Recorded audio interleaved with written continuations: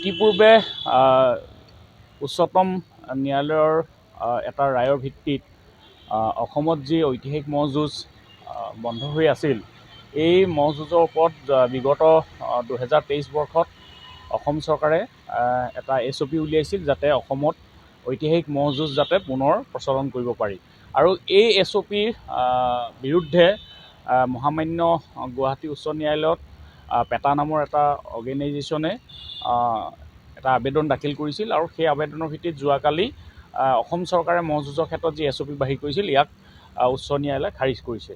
এতিয়া প্ৰথম কথা হ'ল যে আমি টাই আহোম যুৱ পৰিষদ অসম আৰু লগতে ঐতিহাসিক ৰংঘৰৰ যি ৰংপুৰ মেলা আয়োজক সমিতি, এই দুয়োটা সমিতিৰ ফালৰ পৰা আমি এই ক্ষেত্ৰত আমাৰ প্ৰতিক্ৰিয়া প্ৰকাশ কৰিব বিচাৰিছোঁ। প্ৰথম কথা হ'ল, আমি ন্যায়ালয়ৰ ওপৰত আমাৰ সম্পূৰ্ণ আস্থা আৰু বিশ্বাস আছে, আৰু আমি এই গোটেই সমগ্ৰ বিষয়টোৰ ওপৰত আমাৰ আইনজ্ঞসকলৰ লগত আমি কথা বতৰা পাতিছোঁ, আৰু তেখেতসকলৰ পৰামৰ্শক্ৰমে আমি যাতে অসমত ম'হ যুঁজ পুনৰ বিবেচনা কৰাৰ ক্ষেত্ৰত যাতে এটা ব্যৱস্থা গ্ৰহণ কৰিব পৰা যায়, বা ন্যায়ালয়ৰ ওচৰত যাতে পুনৰ আবেদন কৰিব পৰা যায় নেকি, এনেধৰণৰ কথাবিলাক আমি আইনজ্ঞৰ লগত ইতিমধ্যে কথা বতৰা পাতিছোঁ।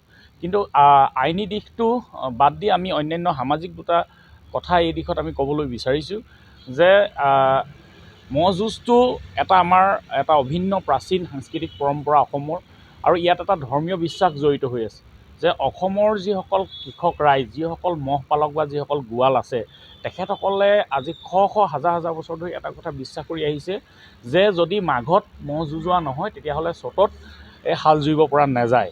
গতিকে এই যিটো বিষয়, এই যিটো ধৰ্মীয় বিশ্বাস আছে, এই পৰম্পৰাটোক আগবঢ়াই আচলতে ম'হ যুঁজ হৈ আছে।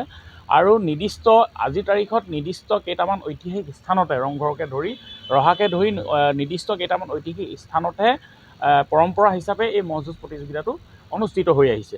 আৰু এই ক্ষেত্ৰত এই ম'হ যুঁজ প্ৰতিযোগিতা আৰম্ভ কৰোঁতে বা এই ম'হ যুঁজ প্ৰতিযোগিতা কৰোঁতে এই পেটা নামৰ অৰ্গেনাইজেশ্যনটোৱে যিটো অভিযোগ উত্থাপন কৰি আহিছে যে ইয়াত ম'হবিলাকক অত্যাচাৰ কৰা হয়, কিবা কৰা হয়, এই কথাটো এটা অতি উদ্দেশ্যপ্ৰণোদিত বুলি আমি বিশ্বাস কৰিছোঁ। কাৰণ আমাৰ অসমীয়া সকলো মানুহে জানে, যেতিয়া ম'হ যুঁজ কৰা হয়, এখন তামোল পাণৰ শৰাই দি ভগৱানৰ নাম লৈ ঔ হৰি ঔ ৰাম কৰি, বা টাই ভাষাটো কেতিয়াবা আশীৰ্বাদ দি ম'হ দুটাৰ সুস্বাস্থ্য কামনা কৰা হয়, গিৰিহঁতৰ সুস্বাস্থ্য কামনা কৰা হয়, আৰু তাৰ পাছত সেই ম'হ দুটা ৰাইজৰ আশীৰ্বাদ লৈ পেলাই পথাৰত মেলি দিয়া হয়। যদি ম'হ দুটাই ঘূৰি পেলাই যুঁজিলে নুযুঁজিলে ম'হকেইটা যদি আঁতৰি যায়, তেতিয়াহ'লে কি হয়, আকৌ গোৱালে নি বান্ধি গোহালিত ৰাখে, যাতে তেওঁলোকে আকৌ ম'হটো যুঁজাব পাৰে, আকৌ তেখেতসকলে যাতে ম'হটো হাল বাব পাৰে। গতিকে এই কথাবিলাকৰ আওকাণ কৰি জালিকাট্টুত যিটো এটা ষাঁড় গৰু আপোনালোকে জানে, দৌৰ বা যুঁজৰ ঘটনাৰ আলম লৈ যিটো উচ্চতম ন্যায়ালয়ে 2014 বৰ্ষত এই ধৰণৰ জীৱ জন্তু যুঁজবিলাক নিষিদ্ধ কৰিছিল, যদিও অসমৰ প্ৰাচীন পৰম্পৰাৰ ক্ষেত্ৰত অসম চৰকাৰে এটা বিশেষ পদক্ষেপ লৈছিল। অসমৰ ৰাইজৰ, চহা ৰাইজৰ, কৃষক ৰাইজৰ অনুৰোধত বিগত বৰ্ষত অসম চৰকাৰে এটা ব্যৱস্থা গ্ৰহণ কৰিছিল, SOP উলিয়াই। গতিকে আমি ভাবিছিলোঁ যে অনাগত দিনত চৰকাৰে এখন পূৰ্ণাংগ পৰ্যায়ৰ আইন প্ৰণয়ন কৰিব, যাতে অসমৰ পৰম্পৰাটো ৰক্ষাৰ স্বাৰ্থত। আমিও নিবিচাৰোঁ যে এনেধৰণৰ প্ৰাণীৰ বিৰুদ্ধে এটা অত্যাচাৰক আমিও নিবিচাৰোঁ, অসমৰ কোনো কৃষক ৰাইজে এইটো নিবিচাৰে। কিন্তু আমি এটা কথা অতি উদ্বেগেৰে লক্ষ্য কৰিছোঁ যে আজিৰ তাৰিখত এই পেটা নামৰ অৰ্গেনাইজেশ্যনটোৱে কেৱল ম'হ যুঁজৰ সময়ত তেওঁলোকে সৰব। অসমত বিভিন্ন সময়ত আপোনালোকে চাব যে আজি আমাৰ মা কামাখ্যা ধামতে হওক, বা আজি বিলবেশ্বৰ দেৱালয়তে হওক, অন্যান্য যোনবিলাক আমাৰ ধাৰ্মিক অনুষ্ঠানবিলাক আছে, তাত আমাৰ দুৰ্গা পূজাকে ধৰি অন্যান্য সময়ত শ ম'হ বলি দিয়ে। সেই সময়ত তেওঁলোক নিমাত থাকে। বা আপোনালোকে জানে, কুৰবানীৰ সময়ত হাজাৰ হাজাৰ লাখ লাখ গৰু আমাৰ ইয়াত হত্যা কৰা হয়, সেই সময়ত তেওঁলোক নীৰৱে থাকে। বা অন্যান্য উৎসৱ পাৰ্বণবিলাকত কি হয়, হাজাৰ হাজাৰ লাখ লাখ অন্যান্য জীৱ জন্তু বলি দিয়া হয়, সেই সময়ত তেওঁলোকে কিন্তু নীৰৱ হৈ থাকে। আমিও য'ত ধৰ্মীয় বিশ্বাস জড়িত হৈছে কথাবিলাক আমিও বিশেষ তাত আপত্তি নকৰোঁ। ঠিক তেনেধৰণে অসমীয়া ৰাইজে অনুভৱ কৰে যে ঐতিহাসিক যি ম'হ যুঁজ আছে অসমৰ নিৰ্দিষ্ট কেইটামান স্থানত, যে ৰংঘৰত আপোনালোকে জানে স্বৰ্গদেউসকলৰ দিনৰ পৰা 1228 চনৰ চাউলুং চুকাফা অহাৰ পৰাই এই ম'হ যুঁজ হৈছে। ৰহাটো জানে আপোনালোকে তেনেধৰণৰ হৈছে, বা তেনেধৰণৰ কেইটামান বিশেষ ঐতিহাসিক স্থানতহে এই ম'হ যুঁজ প্ৰতিযোগিতাটো ধৰ্মীয় আৰু সাংস্কৃতিক পৰম্পৰা হিচাপে চলাই অহা হৈছে।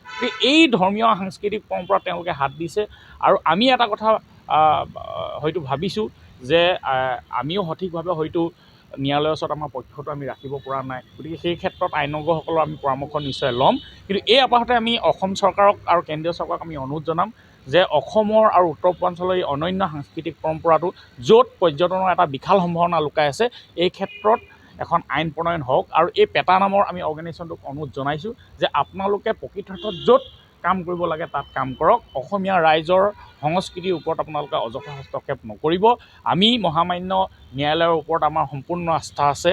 আমি প্ৰয়োজন সাপেক্ষে আইনজ্ঞৰ পৰামৰ্শ লৈ আমি ন্যায়ালয়ৰ কাষ আমি চাপিম, যাতে আমাৰ এই সাংস্কৃতিক পৰম্পৰা আৰু ধৰ্মীয় বিশ্বাসটো যাতে আমি বজাই ৰাখিব পাৰোঁ।